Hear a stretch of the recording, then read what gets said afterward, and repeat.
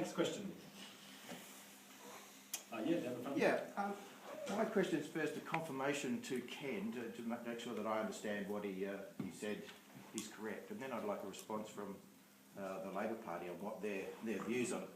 So in terms of the growth towns and so on, if I wanted to go and start a business in Tennant Creek, I could turn up there and buy a property or rent a property and go away and do so.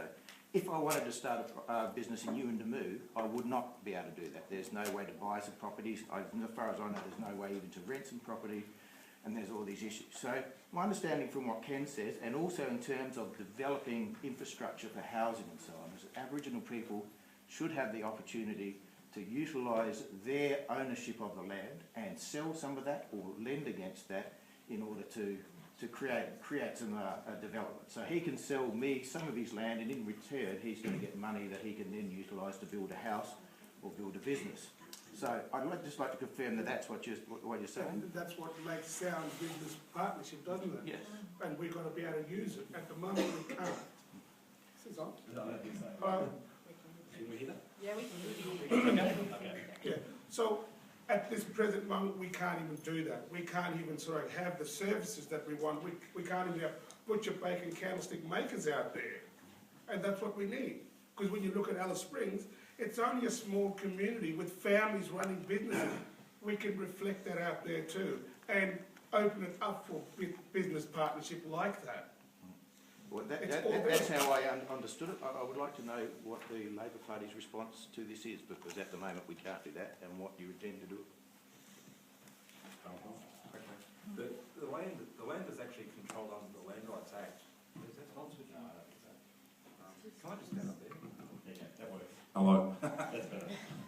The land is actually controlled under the Land Rights Act, which is federal legislation. You cannot obtain a lease under Section 19 of the Land Rights Act, and that's what Ken was talking about before.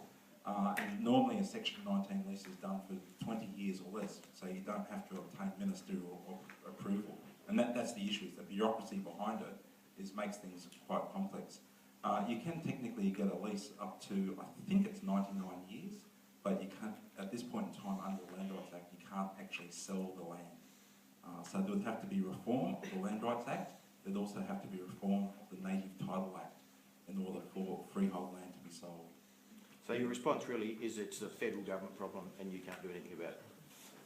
They control the Land Rights Act and they control the Native Title Act. It would be up to the land councils and the Aboriginal Land Trust members, so the ALT members, for them to go ahead and speak to the federal government. So it's their land, it's up to them to decide whether they want to amend the legislation or not. All right. Ken, did you want to have another word? Yes, thanks.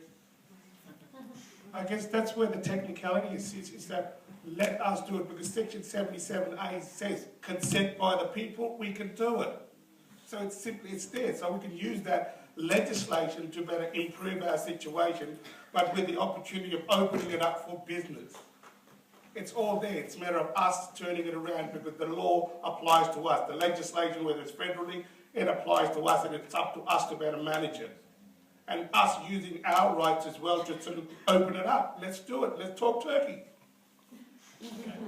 Thank you. Does that answer your question?